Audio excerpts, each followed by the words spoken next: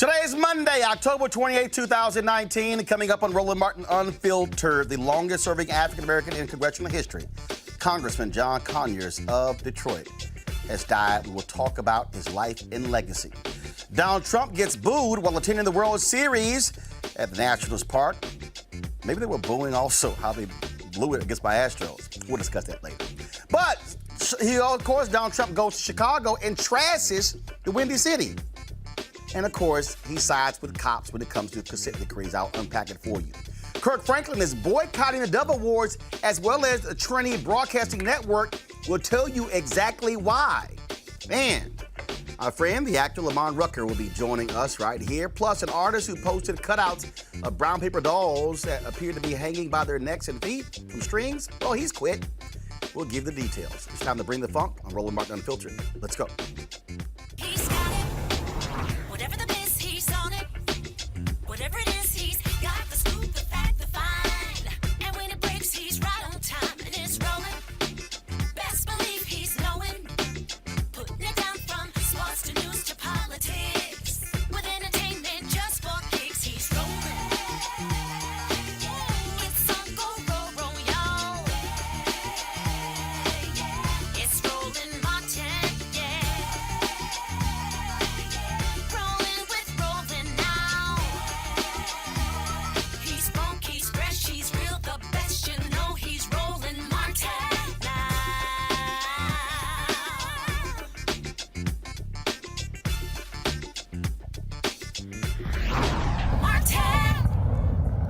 The longest-serving African-American in history in Congress, Congressman John Conyers of Detroit, a founding member of the Congressional Black Caucus and the person who first introduced the Martin Luther King Jr. holiday, has died. A family spokeswoman said that Conyers died in his sleep at his Detroit home of natural causes. Conyers has a rich legacy that should be celebrated. He came to Washington, D.C. as a congressman in 1965 when there were only 6 Black House members. That same year, he was a co-sponsor of the Voting Rights Act of 1965. He traveled to Selma and worked with Reverend Dr. Martin Luther King Jr. And after King was assassinated, literally days after, it was Conyers who introduced a bill to make the birthday of Dr. King a federal holiday, and then fought for nearly 20 years to see it happen. He reintroduced the bill every session until 1983 when it was signed into law by President Ronald Reagan. Here's a tribute to John Conyers. Mr. Speaker, ladies and gentlemen, I'd like to begin by thanking this distinguished committee led by the gentleman from Ohio, Mr. Sawyer, and my dear friend, Mrs. Morella, for helping bring us to this point today. We're in the time of the development of our country. We're in the time of a perhaps more gentle administration where the creation and extension of this holiday commission in remembrance of the memory and works of Martin Luther King Jr. are more important than ever. I'm grateful to the Post Office and Civil Service Committee for moving this legislation forward as swiftly as they have. I was the person 3 days after the assassination of Dr. King that introduced the holiday legislation. We spent 15 years, but in a way it was worth the wait because, first of all, the support in the House and the Senate for the passage of a holiday for Dr. King was an incredible and important historic statement which I still treasure very much, and I think its value to the nation will grow in importance as time goes on. During that period of time, though, many of my colleagues were waiting to see if the enthusiasm around the momentum for a holiday for Dr. King would subside, and instead it kept growing. And in a way that had a lot to do with the decision of both bodies and the federal legislature to finally grant what I consider the highest award that this government can pass upon any of its citizens, to dedicate a birthday holiday in their memory. As we all know, only one such other person, the founder of this country, has so high an honor accorded to him and to his memory. And so it is of critical importance that we create a commission that continues to promulgate the history, the memory, and the work of Dr. King, particularly in this era and the time in which we live. I'm reminded, ladies and gentlemen, that high school seniors were not born at the time that Dr. King was taken from us. Many of them do not really have anything but television memories and history book memories. They do not remember the poignant and vivid issues of struggle and movement that made us decide, along with most Americans, that this holiday celebration was worthy of this particular American. And so as we go on, as time moves on, the importance of this commission becomes more important, not less important. Thankfully, there were Americans who came in with startup money to get us moving. I am pleased that we're putting $500,000 into this project annually. I suggest to you it's a very, very tiny amount, but I think it does make a very strong and persuasive statement that we're going to continue the memory of Dr. King now that we have made his memory a part of the American history by recognizing him every year. So I'm pleased. I'm almost as happy as I was the day that the Senate added their blessing to the holiday bill itself. I was there, and it is one of the most important things that I consider myself having contributed to in the legislative process in my career. And so I'm humbled by all of you who have joined in, the overwhelming support, and I urge the speedy enactment of this measure. Thank you very much. Conyers was one of 13 black reps to found the Congressional Black Caucus in 1971. President Richard Nixon refused to recognize the group, leading them to boycott the 1971 State of the Union address. He was later discovered to be on Nixon's infamous enemies list. Joining me right now to discuss the legacy of John Conyers is Congressman Al Green of Texas. Congressman Al Green, glad to have you on the show. First and foremost, a lot of people don't realize that Rosa Parks was run out of Alabama. It was John Conyers who hired her when she moved to Detroit, who helped her find a place to live as well. Absolutely. And he was more than an employer. He was a person who extended the hand of friendship at a time of need. And as you indicated, she received a job, but he also helped her to relocate to Detroit. He was a great humanitarian, the kind of person who was looking for someone to serve. He wanted to be of help and did an outstanding job in Congress. I remember when I met him, I was with Mickey Leland. Mickey and I traveled to Florida because there was some unrest there involving the Cuban community. And when we arrived, Mr. Conyers was there, and I've always referred to him as Mr. Conyers, was there, and we met with him. And the three of us stayed in the same hotel room that evening while we were waiting for some other things to develop. He was just a kind and gentle person, but he was a very thoughtful, sage-like person. He had institutional knowledge that was invaluable. He was a chairperson of the Judiciary Committee, as you well know, from 2011 to 2017, and he made a difference in the lives of people who were on that committee. And my hope is that he'll be remembered for his work here in Congress, as well as for his humanitarian spirit that he had. I would add this before you might ask me another question. We don't want to forget H.R. 40, which was the bill that he introduced in 1989 to deal with the whole question of reparations for slavery. At that time, the 40 acres and the mule, which never came to fruition, but he never gave up on it. He persisted with it. And now Jackson Lee from Texas, Sheila Jackson Lee, has taken up the cause.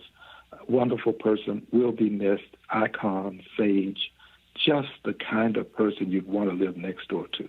He was forced to resign because of sexual harassment allegations, and I think it is no shock when you look at how folks are using that to define his legacy.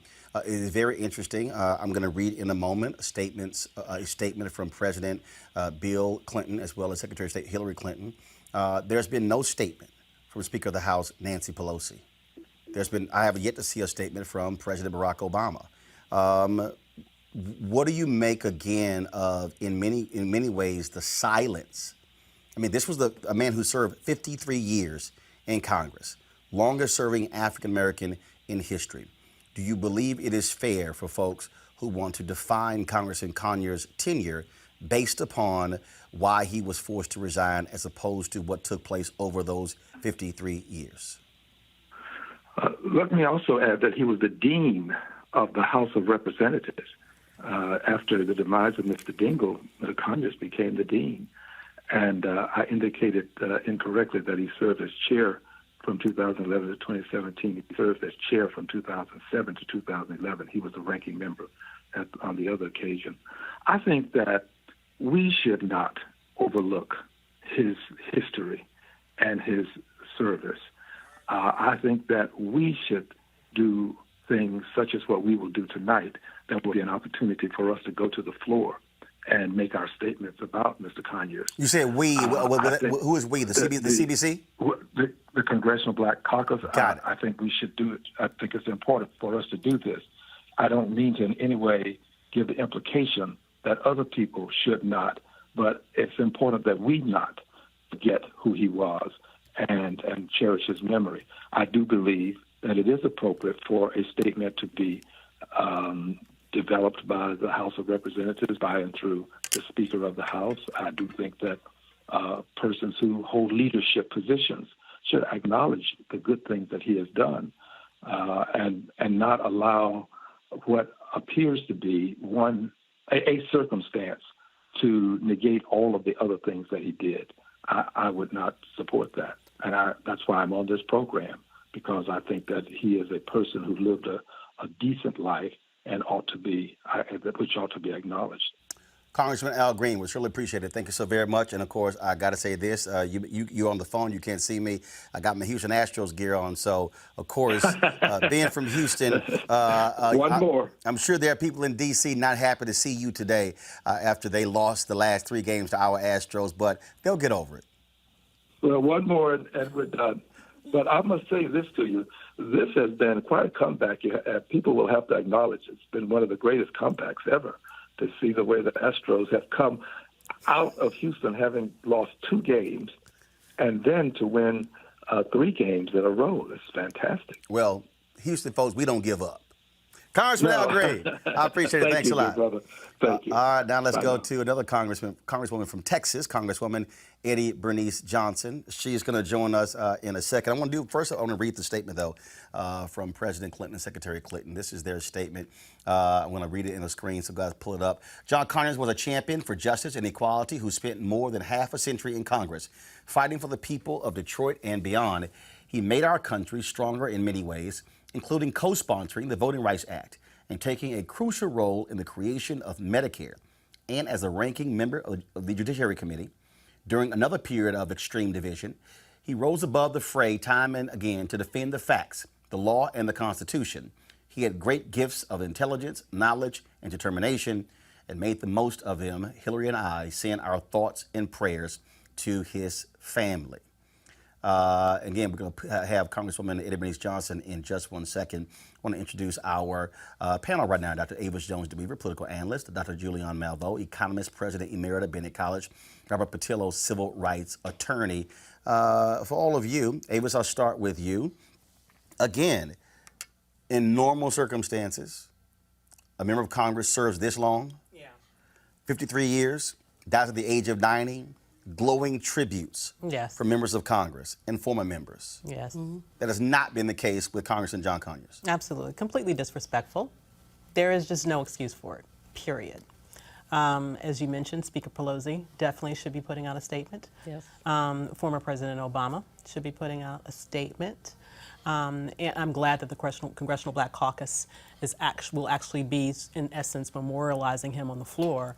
But the fact that his colleagues in Congress, other colleagues in Congress, and that President Obama has chosen to be absent from recognizing his decades of service to this nation, it's really inexcusable. I have no excuse that I can even think of that would justify this lack of recognition.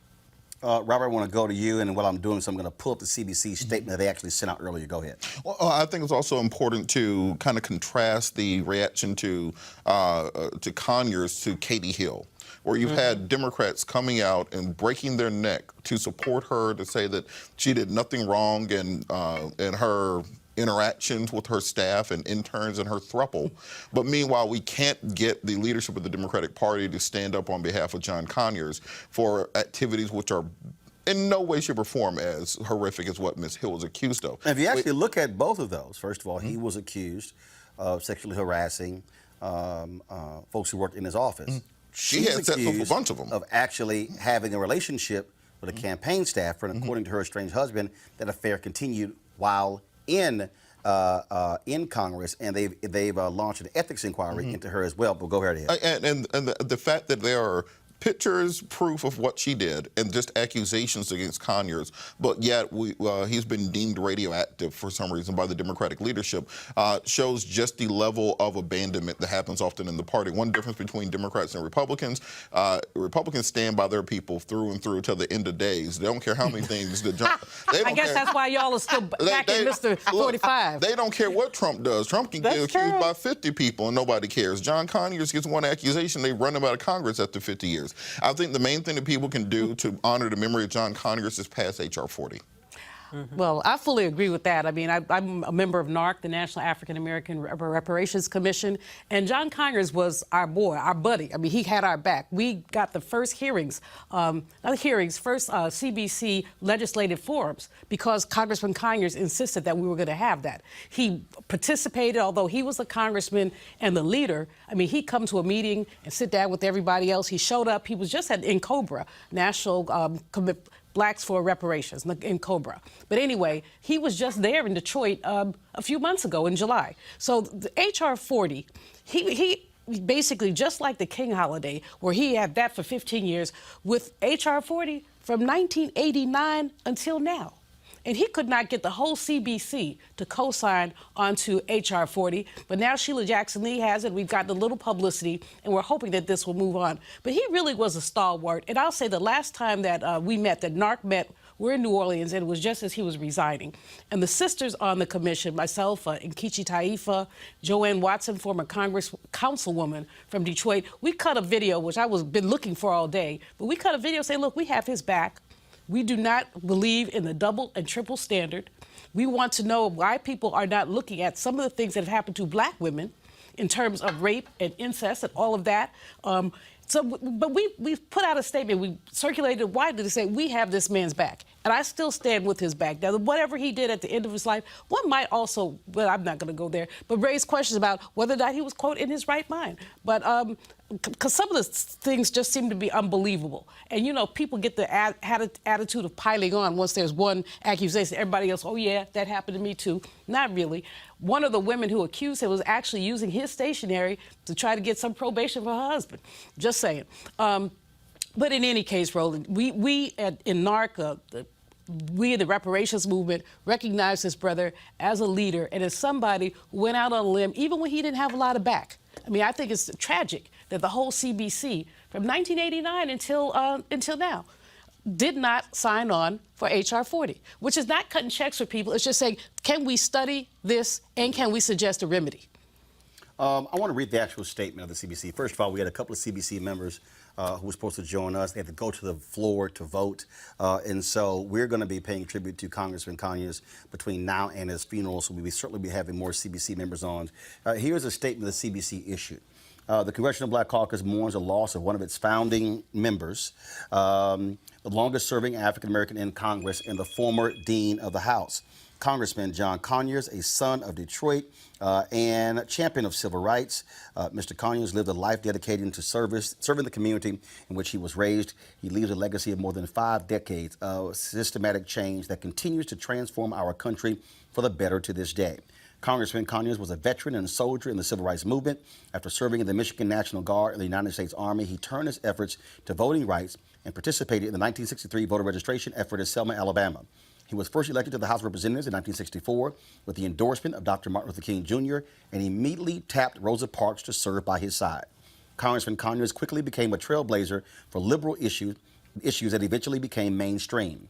Just 4 days after the assassination of Dr. King, Congressman Conyers introduced a bill to create a federal holiday in his honor and reintroduced the bill every year for 15 years until it was signed into law. Mr. Conyers continued his pursuit of voting rights in Congress as a lead co-sponsor of the Voting Rights Act of 1965. Mr. Conyers was an ardent opponent of the death penalty and fought for police brutality oversight. Now a major issue in the Democratic presidential debates, Mr. Conyers was the first to introduce the expanded and improved Medicare for All Act, legislation to establish a government-sponsored single-payer health care option to control costs. Mr. Conyers also championed the issues of reparations by introducing a bill to establish a commission to study the issue of slavery and race relations in America, which he fought for consideration every year. His fight for justice extended to international issues as well. Mr. Conyers was an early leader in the anti-Vietnam War movement, in addition to the anti-Iraq War movement. He was also a vocal opponent of South Africa's apartheid politics. Congressman Conyers joined Congressman Ron Dellums and other CBC members in confronting President Nixon about imposing sanctions against South Africa. When it became clear he would not act, Congressman Conyers joined Congressman Dellums in introducing legislation to that end and was even arrested at a protest in front of the South African embassy. Congressman Conyers chaired the Government Oversight and Reform Committee, formerly the Government Operations Committee, and was the first African-American to chair the influential Judiciary Committee. For the Congressional Black Caucus, Congressman Conyers was more than a founding member. He was a guiding light. He will continue his vision by serving as the conscience of the Congress in pursuit of justice for all Americans. We extend our deepest condolences to his wife, sons, family, and friends. So when you read all of that, that is not somebody who was just sort of there. Right. No, it's disgraceful that Nancy Pelosi, Speaker of the House, whose back he had, I don't know how many times. It's disgraceful that she hasn't had anything to say. We don't expect 45 to say anything. We really don't. So there's that. But there's so many others. I would expect the Michigan delegation, Roland, to have come out with a statement. Right. You know? The whole Michigan delegation. Yes, exactly. And we haven't seen that. I've talked to people in Detroit today. They are not happy with what they see. They are, in fact, folks in Detroit are very angry. African Americans say that this is an affront to his legacy. It's an affront to African Americans. Wendell Anthony, of course, who is the president of the Detroit branch of the NAACP, put out a lengthy statement as well. Some of the stuff that we covered, but I want to go ahead and say this here. This is what he said. John Conyers was more than just a congressman. He was the go-to guy. He served as the first African-American chairman of the House Judiciary Committee. Anyone who wanted to move issues dealing with labor, human rights, South African apartheid, civil rights, women's rights, even before the Me Too movement, federal judges on the bench or presidents in a pinch would see John Conyers. He was the only politician ever to be endorsed by Dr. Martin Luther King Jr. He stood in the middle of the street calling for calm during Detroit's most devastating rebellion in 1967. He stood in the gap against President Richard Nixon, even making the famous enemies list. He was not afraid of the Strom Thurmonds and the Jesse Helms. He made us all proud as he stood with Dr. King in bringing forth the 1965 Voting Rights Act. John Conyers never lost his commitment to justice and equality. He later says, whether it was fighting for Haitian refugees, fair housing, reform in our criminal justice system, or national health care, John Conyers was always out front. He had a tirelessness that often put younger and yet-to-be seasoned politicians to shame. He was not afraid to stand alone in defense or in advocacy of policy and programs that uplifted the lives of people. His office in Washington was a repository for assemblies of common people, strategy sessions for political allies, a comfort zone for those who needed to refuel their political tanks, and a rhythmic getaway to those jazz connoisseurs who just wanted to chill. He loved his family and wanted best for one of his children. Perhaps in reviewing his life from Northwestern High School to the halls of Congress, it lies rooted in the background of his own family. His father, John Conyers Sr., was a labor leader.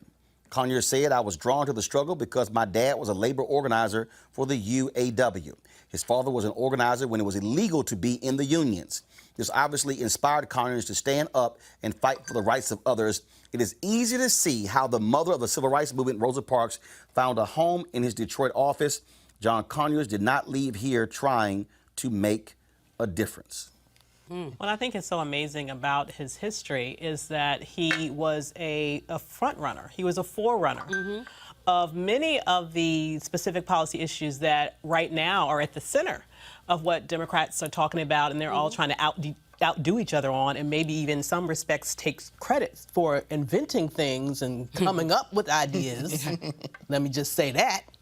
You know, but if you think about his history as being the first one to push forward towards Medicare for All, as being the first one to put legislation that would sort of start this movement towards reparations, as was mentioned, the King holiday, as was mentioned, fighting against police brutality prior to Black Lives Matter. So all of these issues that we are still struggling with today, to think that he did this at a time where he stood alone and he still pushed for it over and over and over again. And that's why I say the fact that he is not being treated with the respect that he should at this moment is particularly disappointing and angering. And I think one thing we have to remember, something that was kind of circulating online during the last set of protests and social justice movements were these T-shirts from the young millennials saying, "We are not our ancestors." And that got on my nerves, because I think a lot of these people don't understand what their ancestors went through. Yes. That now we act like we can't fight against the Tea Party or we can't fight against people in MAGA hats. When John Conyers got into office, there were active Klansmen in the Congress, active Klansmen in the Senate, not hide behind closed doors Klansmen, but I am a member of the Ku Klux Klan and also a United States Senator secondly. And he still was pushing for the issues that we're still fighting for today. And so to not give him the credit that he deserves, to not put his name up in the rafters, to not allow him to have the same honors of other people who've achieved nowhere near what he's achieved, I think that is part of the issue and part of the reason why it's so important to honor our elders. You know, Roland, H.R. 57 was the legislation that he introduced to make jazz a national treasure. He was, you know, he played an instrument, but he loved some jazz, and you know, because of him, there was always a jazz forum at the CBC. But that's something, I mean, so many folks get so serious and they're not looking at the cultural aspects of what we do. And so even though he was a very serious man, was very focused, he also knew how to basically smell the roses, enjoy the jazz. There was a club in D.C., it's closed now, called H.R. 57, which was basically named after the legislation. And they have not been able to stay open. But it was a really great club. And I always think about him in the context of jazz, because sometimes when you heard him speak, you could hear the jazz in his voice. You see him moving, you know, from one subject to the other, almost like sampling. And so, you know, I cherish those memories and cherish the fact that we had the opportunity, many of us, not to know him as a legislator, but really as a buddy, as a friend, as someone you could break some bread with. Well, I'll tell you what, folks, I always enjoyed messing with Congressman John Conyers. He was a member of Kappa Alpha Psi. Sometimes he would have his red jacket on, and trust me, every time we would see each other, it was always an Alpha Kappa battle. But it was always great to see him. I'll be perusing my archives for some photos, be sharing with them later this week.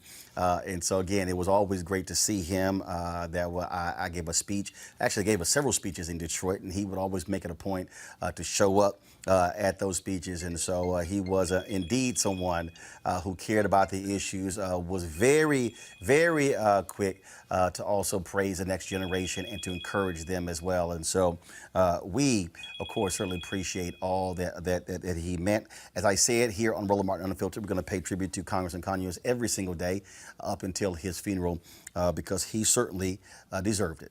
Got to go to a break. When we come back, we'll talk this weekend. Criminal Justice Reform Forum took place at Benedict College. Woo! Things got a little hot. Senator Kamala Harris turn that joint upside down? We'll explain and talk to one of the co-chairs of this bipartisan criminal justice reform center.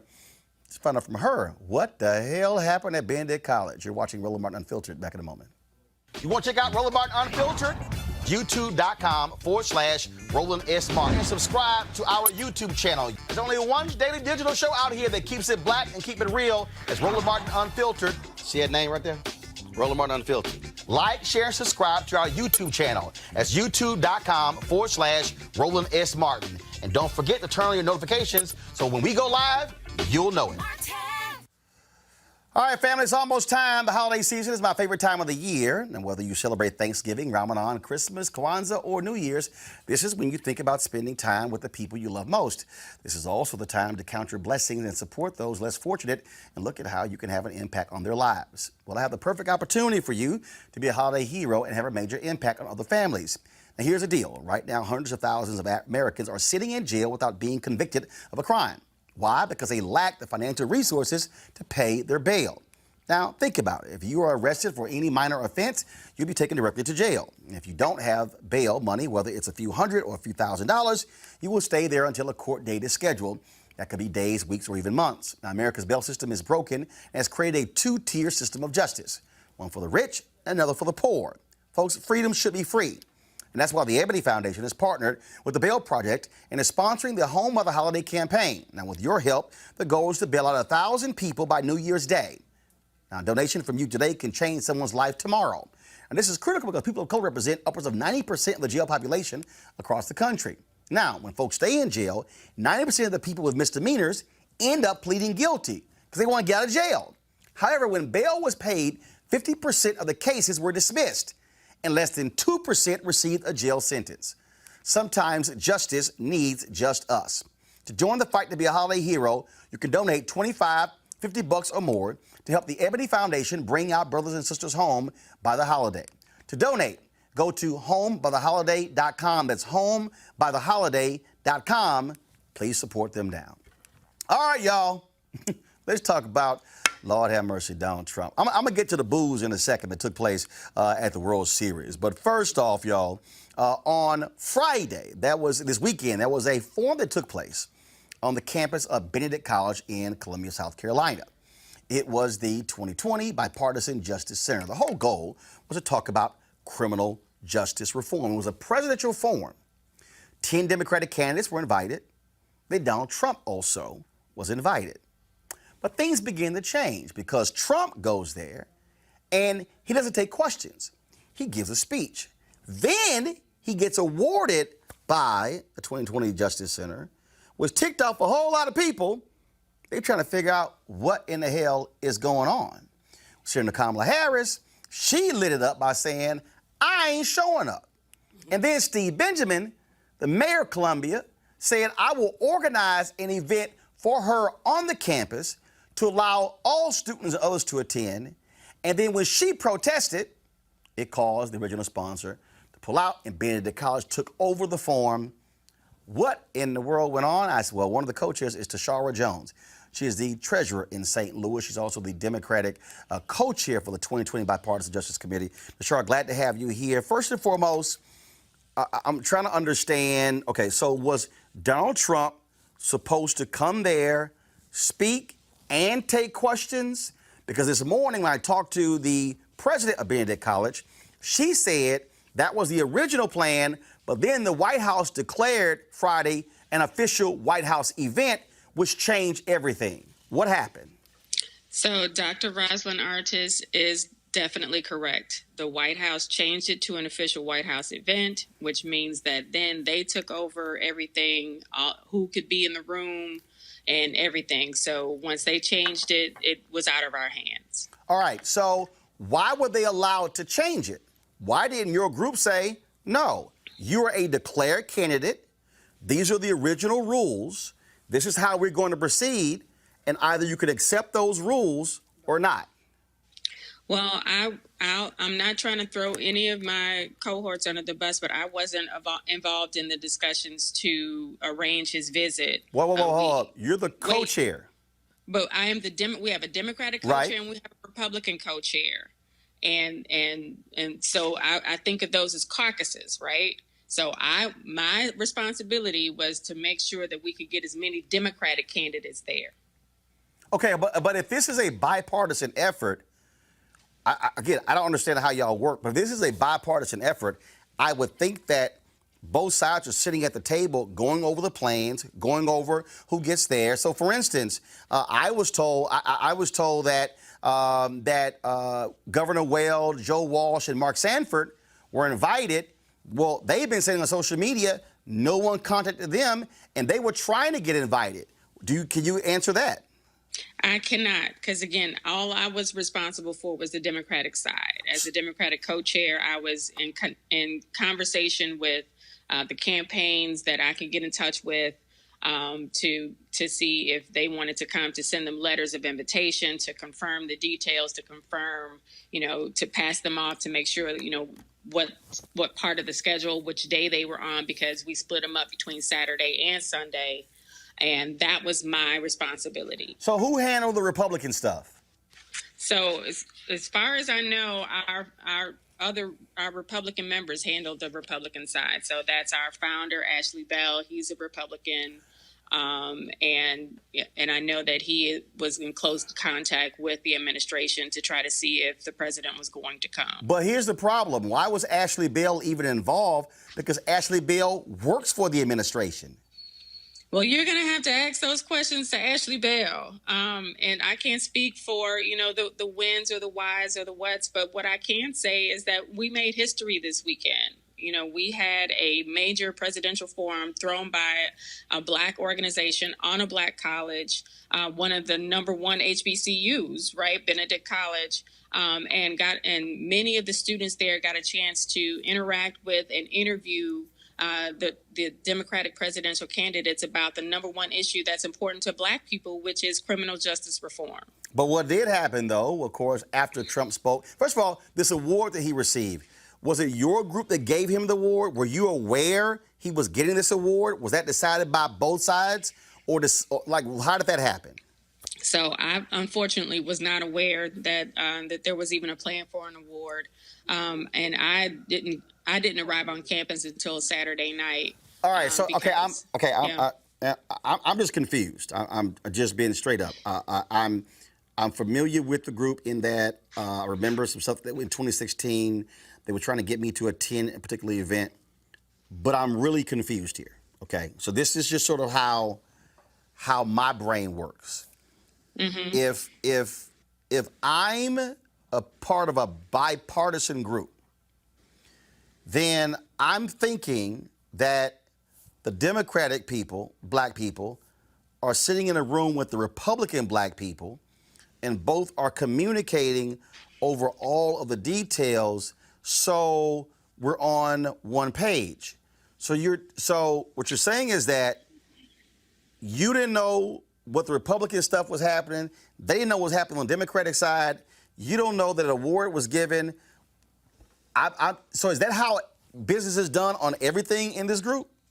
No, Roland, and you're right. I believe that this was, a huge fallout of communication within our group, and I will take responsibility for that as well, because again, I didn't know. I was, I'll be totally honest with you, I was at homecoming at Hampton, and I started getting text messages on Saturday saying, hey, did you know Trump got an award? And I didn't know. So, a lot of our membership was blindsided, but, we're also learning a lesson from this. We can either take this as a learning experience and move forward in a more organized fashion, or not. And I think we're going to do just that. We're going to make sure that we are all on the same page, that everything is communicated, and that everybody is that everybody's on the same page with all of the details going forward. So, for instance, one report said that only 9 Benedict students were able to attend. When I talked to Dr. Artis this morning, she said there were another 30-some-odd students. She said she counted them. The room only held 267. So who were the people who were invited on Friday? Even that, it was a White House event. Did they determine who got invited, or did your group did? No, so again, when the White House declared it an official visit, they made all of the invitations. So it was South Carolina politicians and their guests and White House staff and press corps. So when they take over, we lose control of the event. But just like Dr. Artis said, there were more than 10 students in the auditorium. It seats 267, and there were over 30 in attendance. So from your perspective, first, was it wrong for him to be given an award? Two, was it wrong for this to become an official White House event? Three, was it wrong for him not to take questions? So just from my perspective, Tashara Jones, not speaking as the Democratic co-chair of 2020, so just me and you, no, I would not have given him an award. I think he should have taken questions from the students. And what was your third question? The third question is, should they have been able to take over your event? I don't agree with that. But the White House does a lot of things that I don't agree with. So, I think that go ahead. This was an opportunity for students to have one-on-one interaction with the president, and that didn't happen. Senator Kamala Harris was supposed to be there on Saturday. She said that she was going to pull out of the event in protest, was going to have her own event. Then we were told that that 2020 pulled out as the presenting sponsor, and Benedict College took over the event. You said you got there on Saturday. Is that what happened? No, I wouldn't say that is exactly what happened, because I spoke Saturday or Sunday morning, and also closed out the event by giving students the instructions for the HBCU straw poll that we're conducting with all the HBCUs in South Carolina. But I will say that, our staff was still there interviewing the candidates. Every candidate that was interviewed on Saturday and Sunday was interviewed by a 2020 member or introduced by a 2020 member. And also our staff was behind the scenes helping with production for the event. So basically it was still a 2020 event. In conjunction with Benedict College. I want to make sure that Benedict College gets its due. Their staff and faculty and students really showed up and made this event a success. But it's also, to be perfectly honest, it made Benedict look bad because people on social media were trashing the university, were critical of the university, and frankly, they've had to go into damage control. Initial report said that students were locked down in dormitories, forbidden to leave. In talking to President Artis, she said that it's common when you have motorcades, the presidential motorcade coming. She said the same thing happened when President Obama came to campus. And so with all this drama around it, actually hurt Benedict. Yeah, and I would also say it hurt our organization as well. When the White House changed it to an official visit, protocols changed and guest lists changed, and a whole host of things just were up, just thrown up in the air, and we had to adapt. But I would say that Saturday and Sunday, I spoke to some students myself, spoke to some other people who attended. The students really enjoyed themselves. And again, were able to interact with candidates. I was backstage with several of them as they were interviewing Elizabeth Warren and really giving her some hard questions. So I don't think that would have, we have to have these conversations about criminal justice reform, and why not on a HBCU campus, because it affects our kids more than anybody else. All right, then. I would love to connect with the Republican co-chair, to have them on this show to explain what took place. I think they have some answering to do, and they need to do so and talk directly to black people, because this was positioned as a black organization, a group of black Democrats and Republicans talking about criminal justice reform, and frankly, that got overshadowed as a result of what took place here. It did, and that's unfortunate, but I also think that, we want people to remember that, again, we made history by having this important discussion with 10 candidates and a sitting president on the campus of an HBCU. And one of those 10 candidates may well be our next sitting president. So they hopefully will remember this visit, the time that they spent with the students of one of the top universities in the HBCU network. All right, Tashara Jones, we certainly appreciate it. Thank you so very much. Thank you. Good to see you. Thank you. I want to go to our panel here. Bottom line is, the Democratic side, people in this group here, they got screwed. They did. And I just don't understand how you have a bipartisan organization that don't do stuff in a bipartisan way. No, it's like two different organizations under one umbrella dealing with parallel tracks. Benedict College got played. What you had on Friday was a Trump rally on an HBCU campus. They flew in Republicans from across the country. This Ashley person, Ashley Bell, yeah. again, who used to be a Democrat, flipped to Republican. Ashley worked for the administration. So he's a founder of the group when he was a Democrat, but he works for the administration. Why in the hell is he involved in the planning of this event when he worked for one of the declared candidates? So, basically, again, it's regrettable that the college got played, because it's always good to see people on an HBCU campus. But this was a Trump rally on an HBCU campus.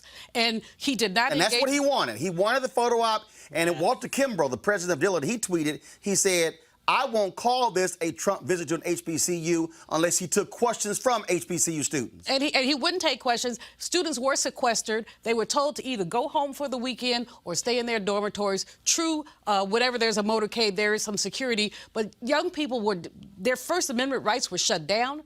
Many of them want to protest. They were not able to do that. They were told that if they did anything, they would be subject to disciplinary action. Now, back in my day in the 70s, all you had to do is tell me I was going to get disciplinary action, and I'm like, okay, it's on.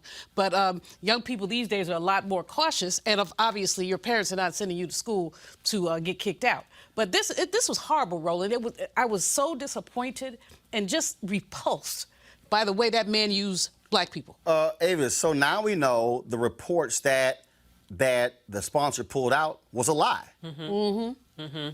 Yeah, well, here's the thing. What happened here was that the Trump employee, who is the co-founder of this organization, colluded with the people in the White House to provide this photo opportunity for him at an HBCU where he could give them this award. And I'm told two people who work for the White House were involved, Ashley Bell and Jerron Smith. The same Jerron Smith who went on Don Lemon's show on CNN Friday night defending what took place, I'm told, by Republicans and Democrats, that they were heavily involved in the planning of this entire event. Well, were the candidates, were folks on the other campaigns, were they heavily involved? That they flipped this whole thing. It was supposed on Friday. It was supposed to be a speech and a Q&A. They turn it to a White House event knowing full well they take everything over. Absolutely. This was not, she found out about it at the last minute. But let me tell you, this was not a last minute decision. Nope. Okay? It took time. You don't move the president in a last minute decision. There's an advanced teams that are involved. Exactly. This was planned from the beginning, and she got played, and I don't understand how she can trust them moving forward to doing anything with them moving forward. I don't even understand how they have an organization. I mean, it's supposed to be a bipartisan organization. Republicans over here, Democrats over here. You're not talking. But Avis, the other thing is, I mean, President Roz Artis has been very defensive, and either she got played or she colluded. No. I don't think she was in on it. I don't think she colluded. Here's what I think happened. And again, in talking to her today, I think what happened here was an organization that says, we want to hold this event on your campus. Okay, great. Just like ABC had their debate on the campus of TSU. They come to you and say it's going to be bipartisan. We're inviting Republicans and Democrats. As the organization, you put the event on. Benedict says, no problem. We'll avail ourselves to it. We're in a state where it's going to be crucial to black voters in South Carolina. And all of a sudden, internal politics, where they don't know what in the hell is going on here, where the Republicans are like, yo, guess what? We can flip this thing, and we'll get the photo op of Trump coming to HBCU, and we'll call this thing a White House event. And guess what? No question. It's game on. Yeah. Then all of a sudden, Senator Kamala Harris blows this thing up, says, I ain't coming. And then, according to Artis, the rules were changed. She said that initially the Democratic candidates agreed to have remarks and then a Q&A. After what Trump did on Friday, she said to me this morning on the Tom Jordan Morning Show, she said that they gave the candidates options. Do you want to solely give a speech and no questions, or do you want to stick to do the original rules, question and Q&A? They all chose comments, and then also Q&A. But the problem, which I think Harris is right, Trump should have had to answer questions. Absolutely. He should have had to answer questions because he touts the First Step Act. But by asking questions, they would have been able to ask him about why is it that you are against police consent decrees? Why are you using federal prisons? Why are you sitting here on one hand talking about I'm touting criminal justice reform, but over here contributing to mass incarceration? Never getting to ask any questions because now it's a White House event. That was the game. Benedict got played. Yeah. And this is why the message to any HBCU moving forward is you should be involved in every step of the way, all the planning, and you know what all the rules are, and you say, unless these things happen, no candidate will be able to step foot on this campus to avoid the photo op and getting played. Absolutely. But you know, one of the things I was going to say super quickly, this was advertised as a candidate forum. A presidential forum. Exactly. He was not supposed to. It was not characterized that he would come there, Trump, give a speech. He was supposed to be a forum participant, right, just like the rest of them. The other thing, though, Abe, but guess what? But again, you talked about other Republicans didn't get invited, right? Which says Ashley Bell, Jerron Smith, and to all the Republicans in this 2020, did y'all collude to keep the other Republicans out? And of course they did. But the other thing, Avis, you said earlier, you don't move a president around. It's not last minute. No. So I do believe. I mean, Benedict College has a security force. They have people who do logistics. This was not a surprise. Now remember, he was still coming. So first of all, the logistics side, he was still coming. What changed is that you had the same advanced team, same security, whether he was in a forum or giving a speech. The difference by making it in the White House forum is that they began to invite the other outside people. Right. That's the difference. And so, still, if I'm Benedict, I'm sitting here going, now if I'm Benedict, like when all of a sudden this is a White House event, now at that point, if I'm Benedict, I go, oh no.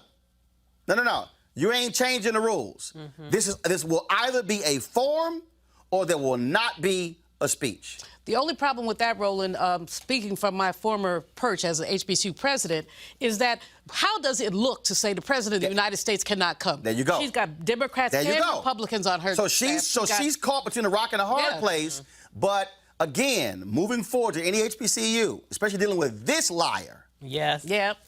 You better say to anybody, we gonna be involved in this thing or not. Now I gotta go to break. When we come back, I got to talk to Lamont Rucker about a couple of things because I was going to move him later in the show. But I am going to deal with Donald Trump and some comments that he made today to the police chiefs in Chicago, some foul and pathetic comments. We'll also talk about Kirk Franklin, who is calling for a boycott of TBN and the Dove Awards for editing out his social justice comments. Wait until you hear what the Dove Awards and TBN did to Kirk Franklin for the second time in 3 years. That's next on Roland Martin Unfiltered. You want to support Roland Martin Unfiltered? Be sure to join our Bring the Funk fan club. Every dollar that you give to us supports our daily digital show. There's only one daily digital show out here that keeps it black and keep it real as Roland Martin Unfiltered. Support the Roland Martin Unfiltered daily digital show by going to RolandMartinUnfiltered.com. Our goal is to get 20,000 of our fans contributing $50 each for the whole year. You can make this possible. RolandMartinUnfiltered.com.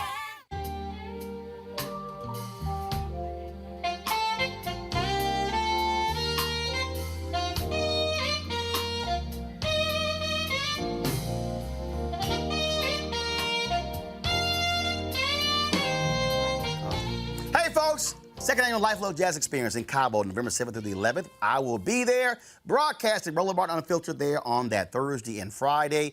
If you want to participate, if you want to come out, it's going to be a grand time. 14 amazing acts. Go to LifeLuxeJazz.com. But if you cannot make it, you can still check out the live stream. You can have a guest pass, folks, $10.99 to watch all of the concerts over the course of 3 days. I'm talking about some amazing artists That, of course, is my frat brother, Jill Albright. Of course, we had Kirk Whalum on the show last week. He's going to be there as well. Some of the other people who are going to be in the house, actor, comedian Mark Curry, oh my goodness, Donnie McClurkin, Alex Bouillon, Raul Madon, Incognito, Pieces of a Dream, Average White Band, Shalea, Roy Ayers, Tom Brown, Ronnie Laws, Ernest Quarles. Man, it's going to be jam-packed. If you want to get the live stream, go to gfntv.com. That's gfntv.com, gfntv.com. You can watch all 3 days, live stream all the concerts right here on your phone, on your iPad, on your computer, just for the cost of $10.99. So we certainly want you to do that, and we look forward to the Luxe Jazz experience there in Cabo. All right, folks, in a couple of days, the National Civil Rights Museum, the Lorraine Hotel, will host its 28th Annual Freedom Awards, and Lamont Rucker, of course, one of the stars on Greenleaf, will serve as the ceremony host. Lamont joins us right now via FaceTime. Lamont, first and foremost, this is a huge event. John Legend is one of the people who are going to be honored this year. Lamont, you heard me? I can hear you, man. How you doing? Doing great. John Legend is one of the people who've been honored this year. Yes, it is. Yes, he is. Yeah, excited. Going to be excited to be in the house with him again, man. Of course, last year, I did the red carpet of the event last year. Can't make it this year because I got to be in New York for an event. But this is great because what the museum does is certainly honor folks who are focused on civil rights and human rights. Absolutely. So it's always an honor to be not just back in Memphis, but in particular to do anything that advocates for the National Civil Rights Museum. So this is my second opportunity over the last several years to represent for them and to come on board as the master of ceremonies.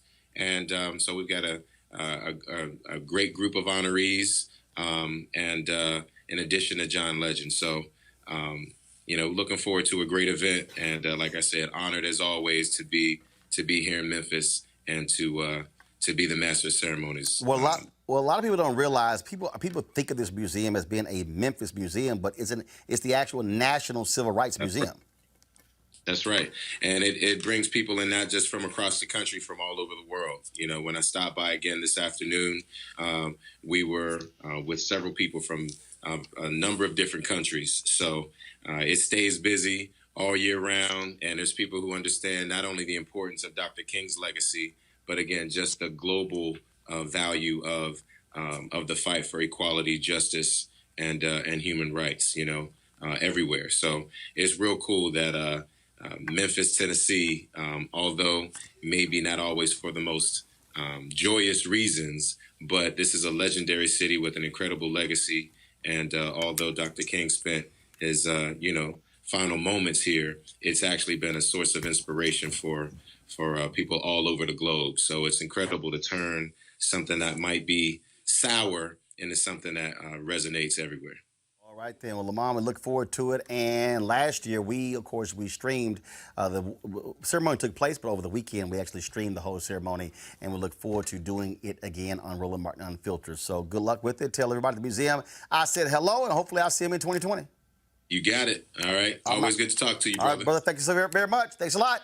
My man. All right, folks. Got to go to a quick break. When we come back, we'll talk about crazy Trump in Chicago, trash in the city. He said it was worse than Afghanistan. So how easy was for your ass to fly in and out? This is Roland Martin Unfiltered. You want to check out Roland Martin Unfiltered? YouTube.com/Roland S. Martin. And subscribe to our YouTube channel. There's only one daily digital show out here that keeps it black and keep it real. It's Roland Martin Unfiltered. See that name right there? Roland Martin Unfiltered. Like, share, and subscribe to our YouTube channel. That's YouTube.com/Roland S. Martin. And don't forget to turn on your notifications so when we go live, you'll know it. Oh, yeah, over the weekend, the Houston Astros played the Washington Nationals, beat them in 3 straight games, took a 3-2 lead. But and last night, of course, was Game 5. Yeah, you know I had to say that. Yeah, you just had to say that. Yeah, I did. That's why it's not mandatory, Roland. I know. That's why I wore the Astros World Series. Be a gracious winner. That's why I wore the Astros replica ring. Zoom in on that, please. Yeah, I know. Henry's a Nationals fan, but he's a bandwagon one because he didn't see any gear now. See, Henry only wears National stuff when they're winning. They're losing. Goodness. So this here is the Stop floating, Roland. Yeah, this here is the that's the furthest it goes in. This is the Houston Astros, the replica of their 2017 World Series ring. Looks great, doesn't it? And so the Astros sent that to me. And so I just wanted y'all to see that. But anyway, at the World Series, when they showed images on the big screen of the military, people cheered. Then this happened.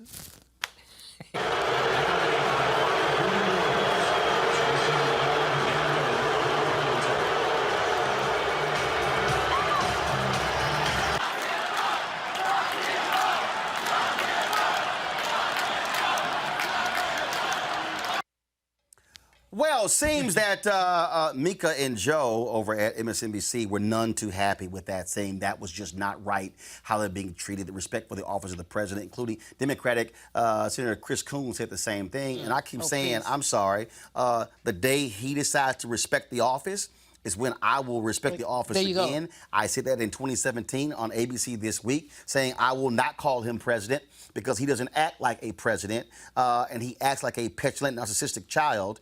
A schoolyard bully. Right, and what you saw were people expressing their viewpoint, and I was glad that they did. And so I don't give a damn. He should be beat because he is shameful, pathetic. He's a grifter. He has turned the Oval Office into a cash register for his family. I mean, literally, Ivanka got all those patents in China. He's opening hotels all over the world. His kids travel with Secret Service protection to advance their business interests. Now, if they were right when they were doing their business work, not their political work, the government would be reimbursed. They're not going to do that. Having Pence fly across Scotland, all the way across Scotland, 200-some miles, so he can stay at his resort. Grifter is the best word to put. Con artist. There are just so many other words to use. Avis? Well, I was happy to hear that. Because, as was mentioned, I mean, he deserves it. He has well earned that rebuke. But what I find interesting is that I'm sure he was shocked. I mean, thought it was really funny to see the shift on his face when the crowd went from cheering for the military to booing him, and then the shock, I'm sure, that he must have felt when he heard the chant coming back right at him that he started in the last election. But this time, tailored lock to her him up, now it's lock him up. Lock him up. And what I think is very interesting here is, just like he did in Benedict, he is used to creating his own audiences. He's used to surrounding himself in the White House by yes men and yes women. He's used to going to all these campaign rallies where basically you have a whole cult members that are there only. And so he's not used to being out with the public to really see how he's really perceived. And so I think that action really was a reality check that he needed. And in honor of the Nats, I'm wearing their color today because I'm like, hey, they did the right thing, and I'm proud of them for doing it. Yeah, okay, all right. Well, it's short because they ain't winning. Okay, Roland. Roland is like a sore winner. No. Losers, Let me be real clear. Huggy Lowdown and Chris Paul were talking ignorant, mad trash on the Tom Joyner Morning Show when they went up 2-0. And I said, you might want to think twice. And this morning, Huggy couldn't say nothing. Even hung up his phone on his own segment because I was killing him.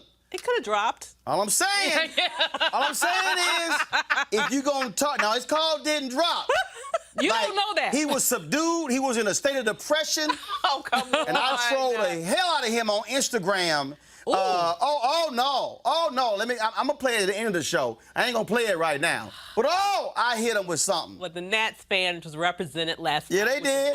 That's with right. The signs, with the veterans for impeachment. You sure they were? That's why I was loving was the veterans for impeachment. Right. Yeah. I thought they were born losing 8-1. But you're right. They were born Trump. All right, y'all. Speaking of the orange one, this fool spoke to the International Association of Police Chiefs today in Chicago. And all he did was trash the Windy City. But there is one person that's not here today. We're in Chicago. I said, where is he? I want to talk to him. In fact, more than anyone else, this person should be here because maybe he could learn something.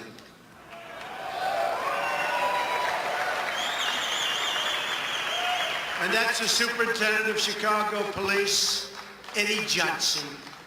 A few days ago, Johnson said, quote, the values of the people of Chicago are more important than anything President Trump would have to say. I don't think so. Because that's a very insulting statement after all I've done for the police, and I've done more than any other president's ever done for the police.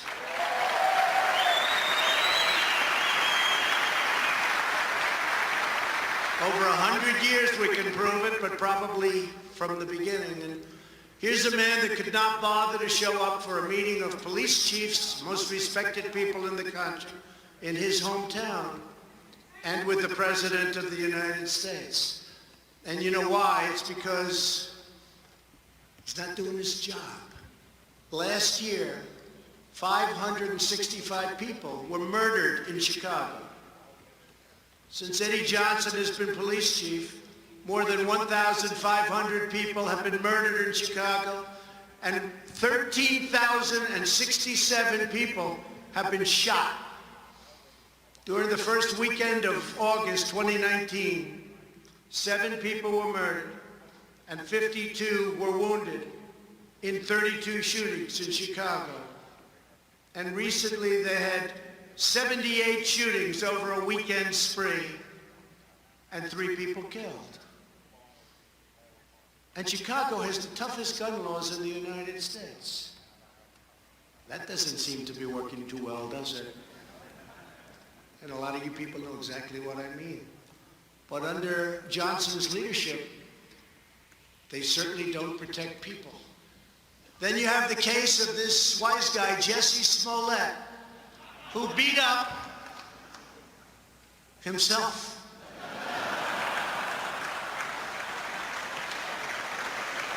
And he said MAGA country did it, MAGA country. Okay? He said MAGA, that's a hate crime. That's a hate crime. And it's a scam.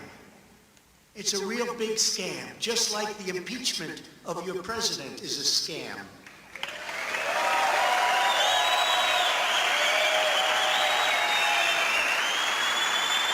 And then you look what's going on. Smollett is still trying to get away with it. He would have been better off if he paid his $100,000 bill. Chicago is, unfortunately, the worst sanctuary city in America. Chicago protects criminals at a level few could even imagine. Last year in Cook County alone, ICE asked local law enforcement people to please, pretty please, we beg you, we'll do anything necessary to stop crime. We want to stop crime. Please detain 1,162 people, please. But in each case, the detainer was denied. And Eddie Johnson wants to talk about values. No. People like Johnson put criminals and illegal aliens before the citizens of Chicago. And those are his values, and frankly, those values to me are a disgrace. I will never put the needs of illegal criminals before I put the needs of law-abiding citizens. It's very simple to me.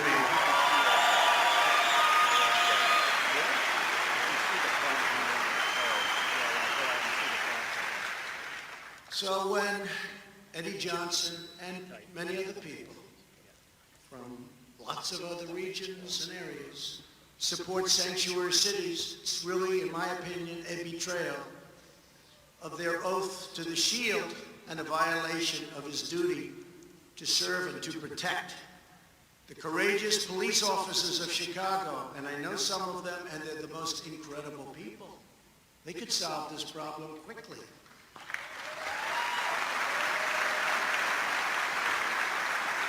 It's embarrassing to us as a nation. All over the world, they're talking about Chicago. Afghanistan is a safe place by comparison. It's true. Police officers of Chicago are entitled to a police superintendent who has their backs and knows what he's doing. You're entitled to a police superintendent who sides with you, with the people of Chicago. The people want this. And with the families of Chicago, not the criminals and the gang members that are here illegally, and not the stupid politicians that have no idea what the hell they're doing.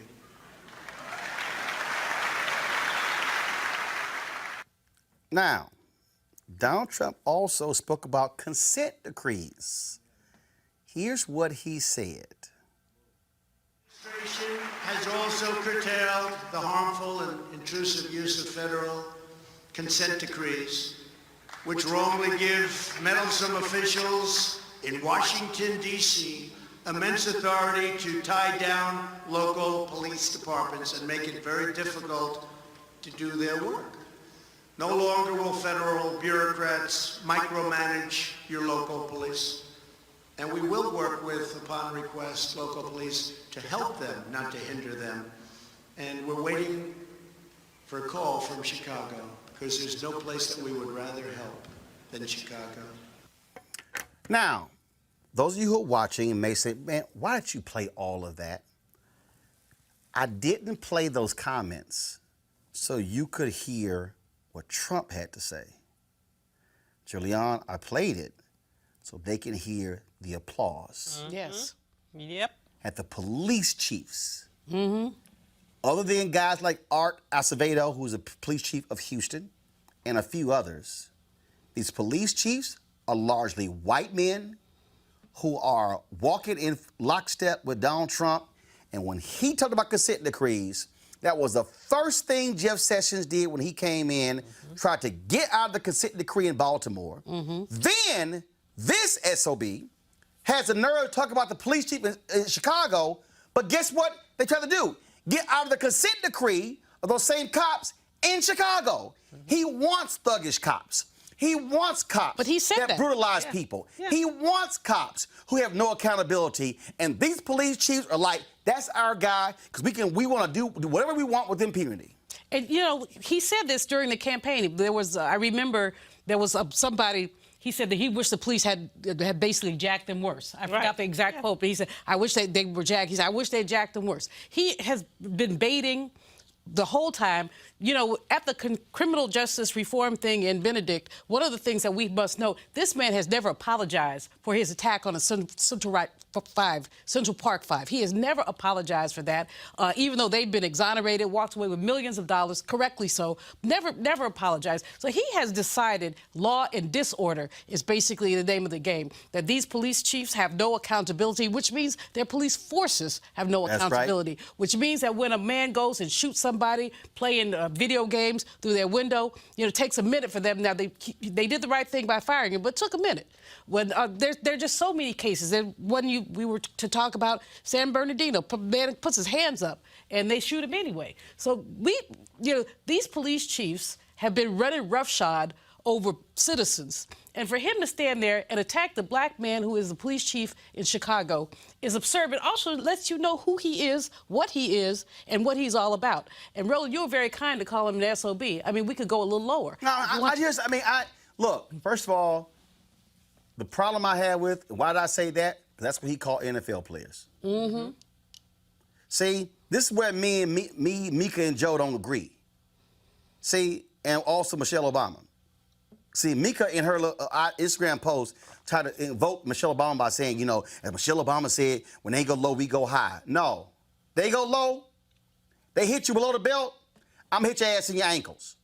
Because I'm sorry, the way you deal with a bully is you punch a bully back. Absolutely. This man wants no accountability. He has no issues with how police are acting. He never speaks against them, and he wants these rogue cops roaming in the streets, doing whatever they want.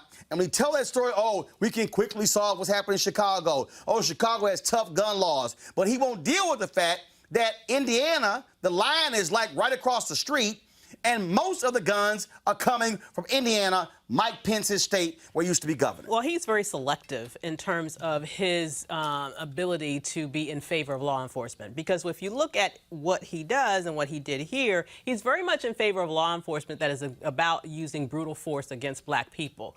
But when you look at our intelligence agencies, who are seeking to enforce the law against him and his lawlessness. He has absolutely nothing good to say about law enforcement. So I find it very interesting that he only appears to be praised and praising those Klan-like elements of law enforcement that really focus their efforts on brutalizing Black people.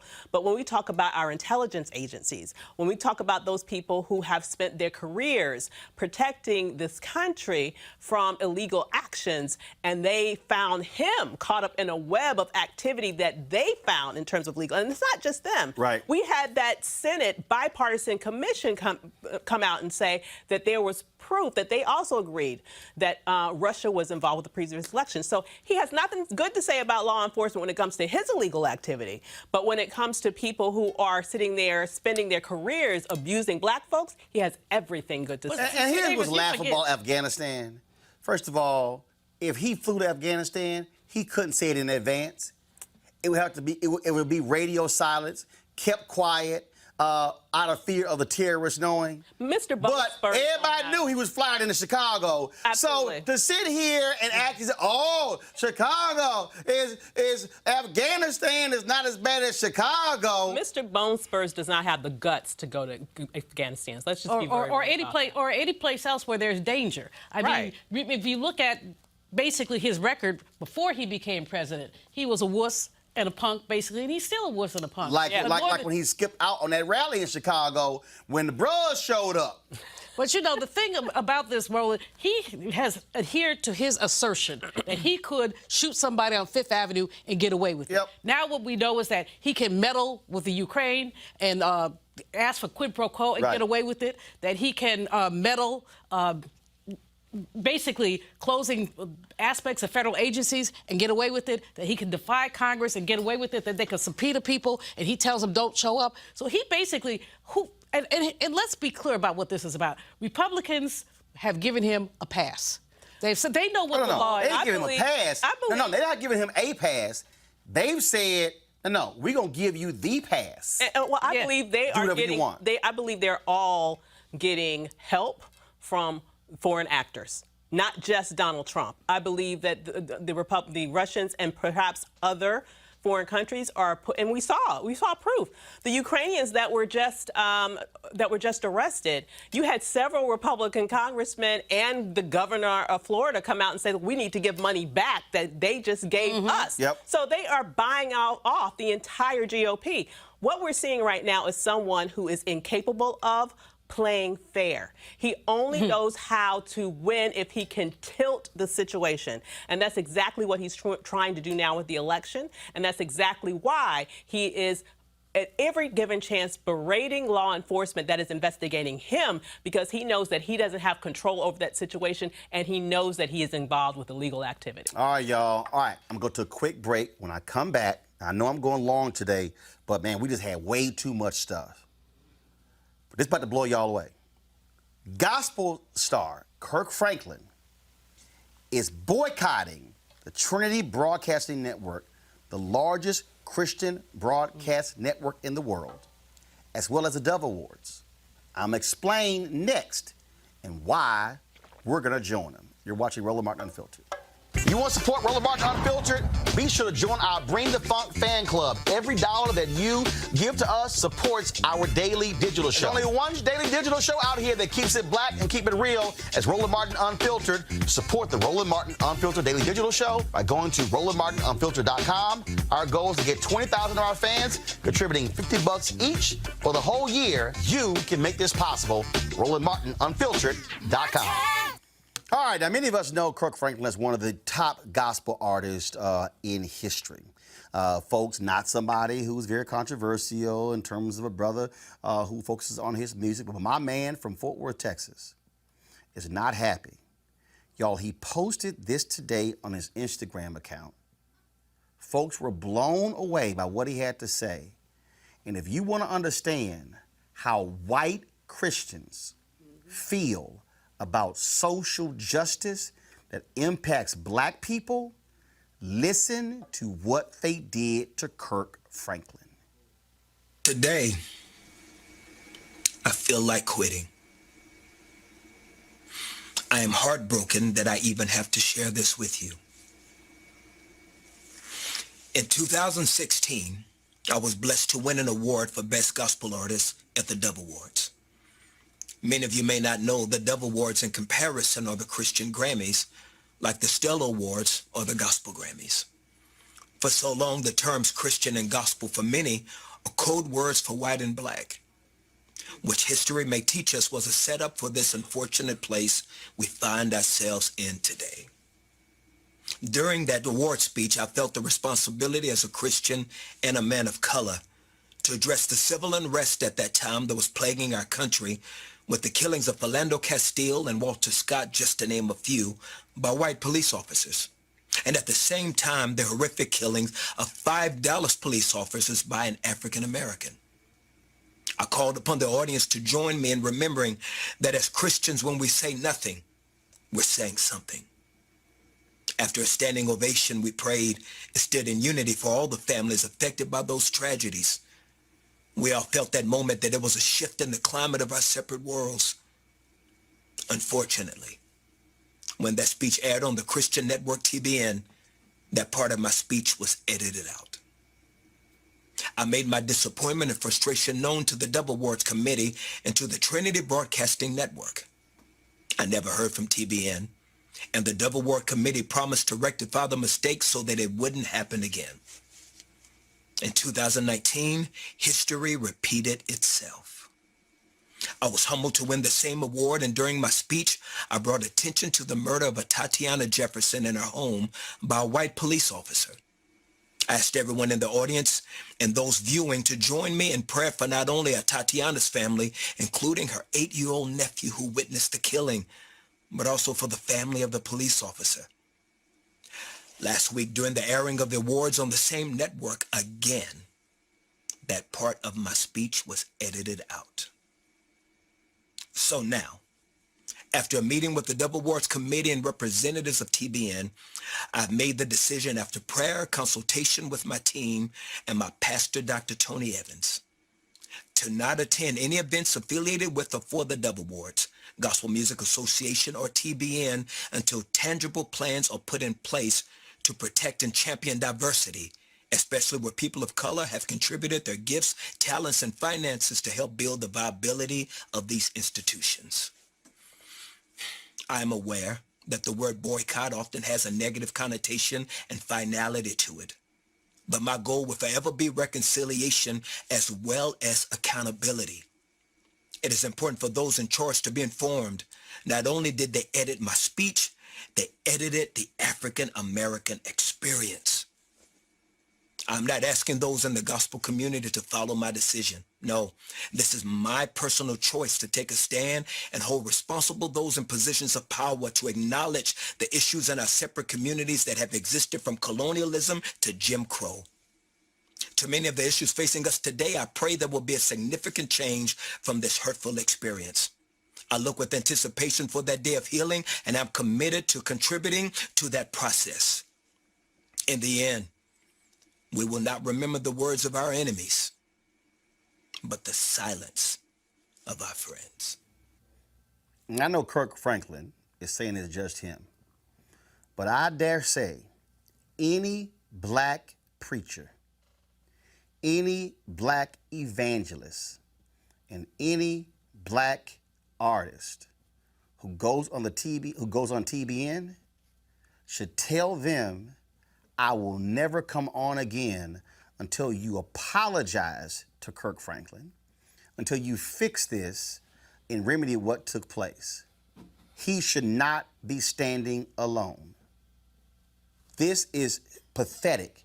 The fact that a Christian man who is from Fort Worth, Texas, spoke about the shooting death of Tatiana Jefferson. Today is the day of rage. People all across the country are highlighting her case. And they have the audacity to cut it out. You know why? Because at the Dove Awards and TBN, they are white, conservative, evangelicals who are more in line with Donald Trump and these MAGA people who don't want to criticize these white police officers, who don't want to speak against police brutality, who love talking about their being pro-life, but say nothing about the life of Artiana Jefferson, nothing about the life of Rekia Boyd, nothing about the life of Aiyana Jones, and numerous other African Americans who are killed. They say nothing. And then have the audacity to edit the man's comments out? You know, Roland, all I have to say is that was a powerful statement he made. It reminded me of Dr. King's letter from the Birmingham jail, where he really talked about the, as he said, the silent white clergy who stood by and watched Dr. King be jailed, watched him be beaten and the others be beaten, and was silent. They talk about Christianity, but Christian, do unto others as you would have done unto you.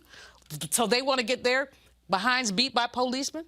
Or shot, had their kids shot through a window by policemen? You know, that what you do for the least of these, you do for me? I mean, these people are not Christian. They basically wrap themselves around a Bible, or wrap a Bible around themselves, and sin, everything they do is a sin. Because basically, they are attacking life. As you said, life. You can't say you're pro-life and watch people be shot.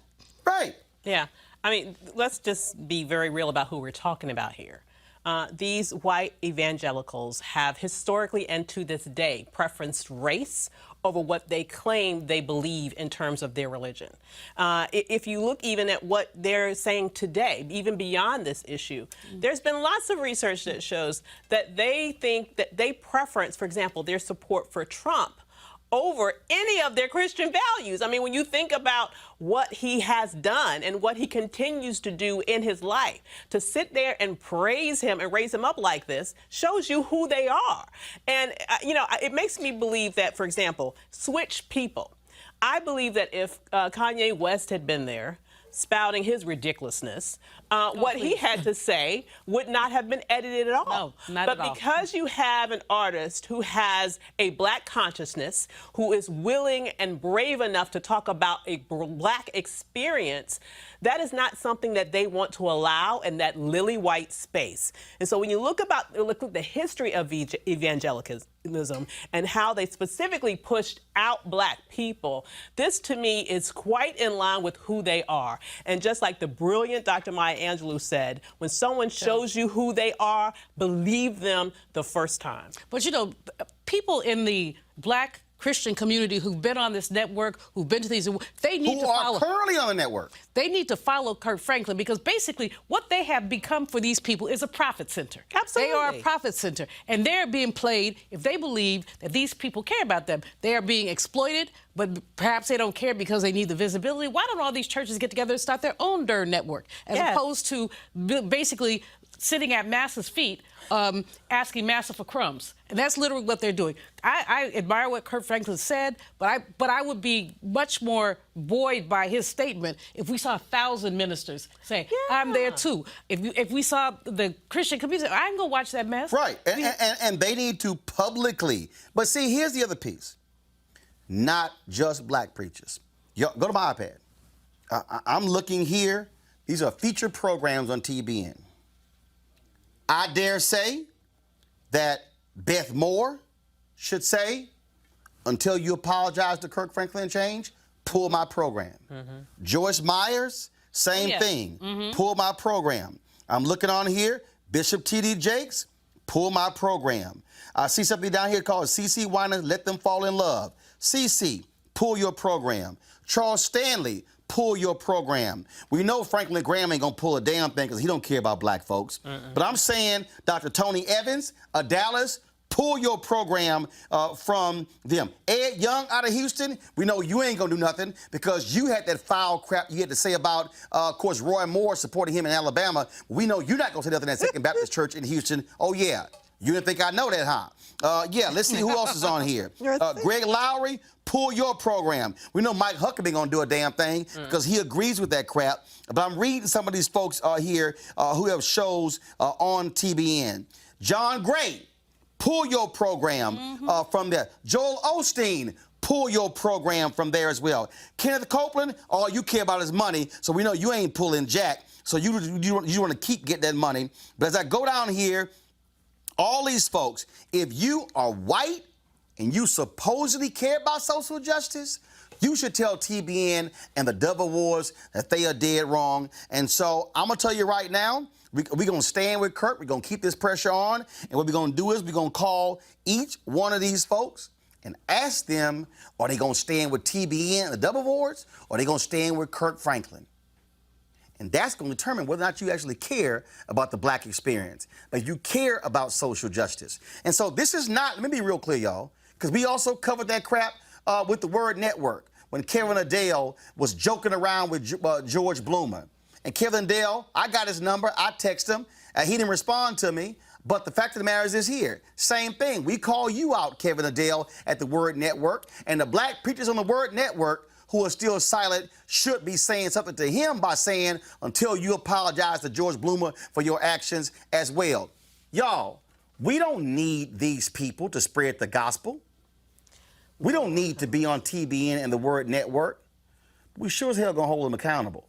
Double Wars, y'all too as well. And so Kirk Franklin, I've already called Kirk. I sent him a text saying we stand with you, and other artists should come out and support Kirk Franklin, because to edit out that man's comments is beyond shameful.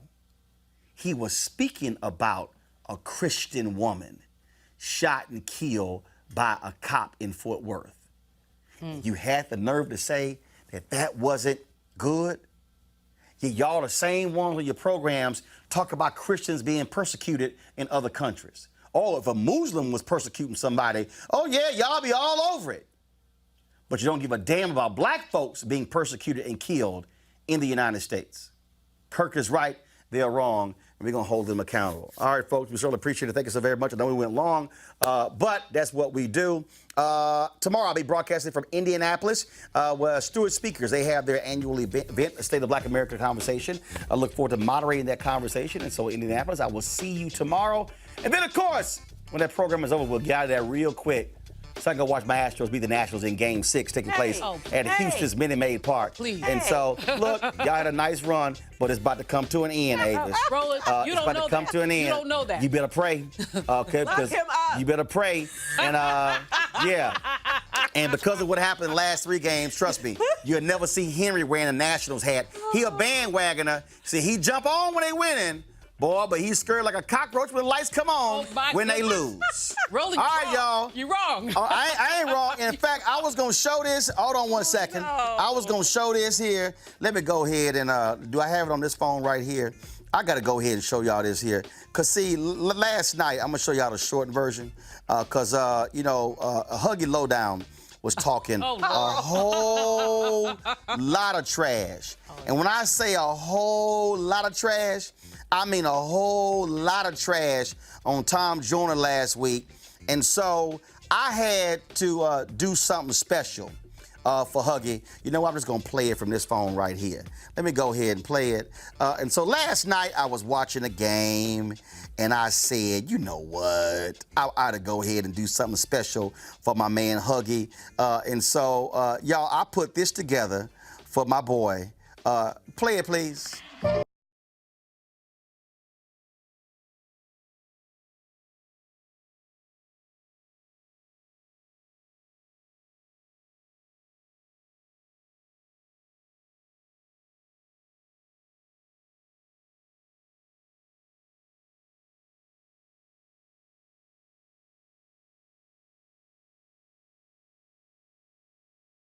Okay, so then I'll do a short version. This was later in the video, y'all. Go to.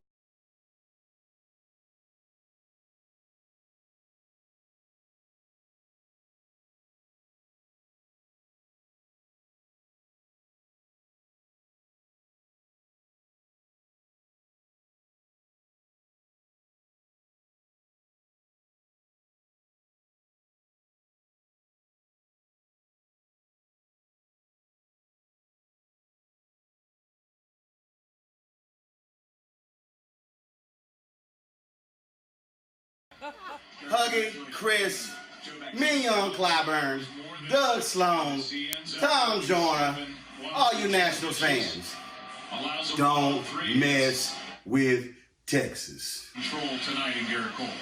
Okay, last one. So to this morning, I worked out. You know what?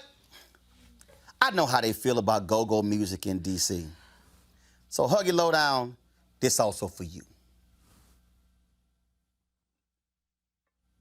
Y'all got the audio?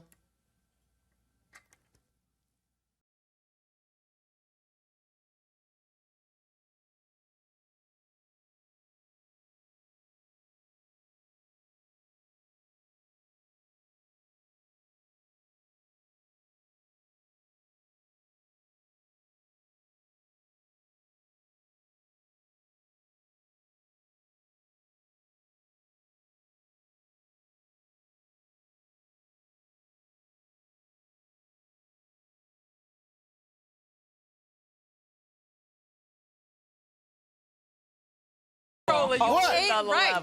Hey, all I'm saying is, if you're going, I warned them last week.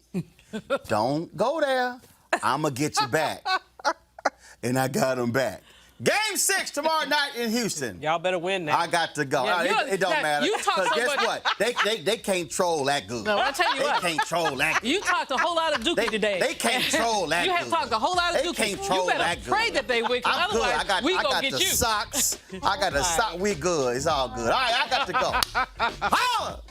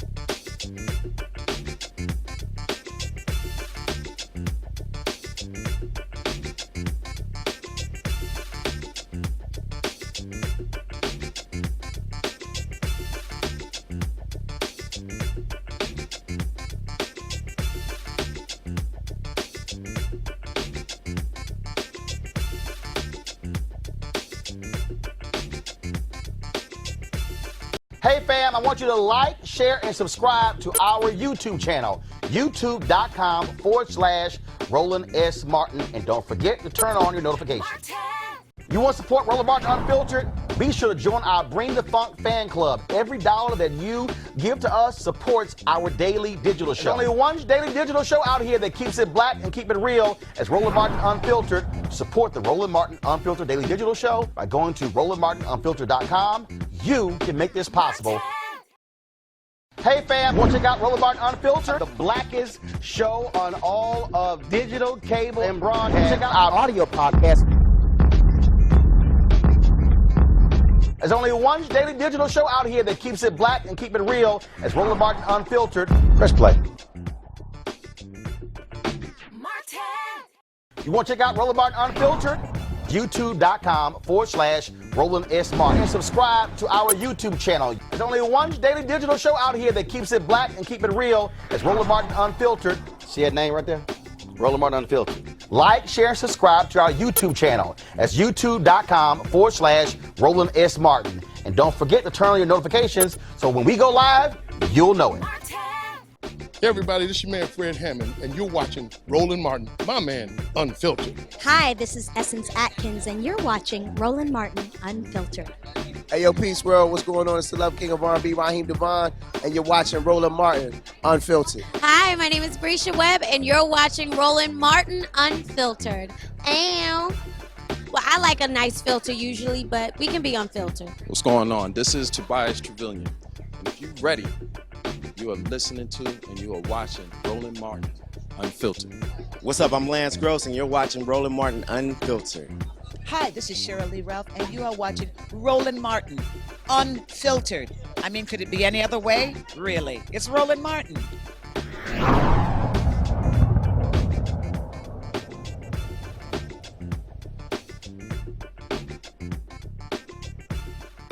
You want to support Roland Martin Unfiltered? Be sure to join our Bring the Funk fan club. Every dollar that you give to us supports our daily digital show. There's only one daily digital show out here that keeps it black and keep it real as Roland Martin Unfiltered. Support the Roland Martin Unfiltered daily digital show by going to RolandMartinUnfiltered.com. Our goal is to get 20,000 of our fans contributing $50 each for the whole year. You can make this possible. RolandMartinUnfiltered.com.